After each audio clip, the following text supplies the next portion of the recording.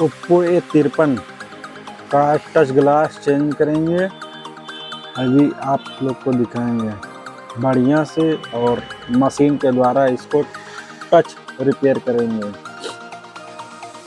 उसी मशीन से और सेपरेटर मशीन के द्वारा। इसका नए जैसे भी टच ग्लास रिपेयर करेंगे। आप वीडियो में बने रहे, आपको आगे दिखाएंगे इससे नया कैसे किया जाता है पुराने टच को।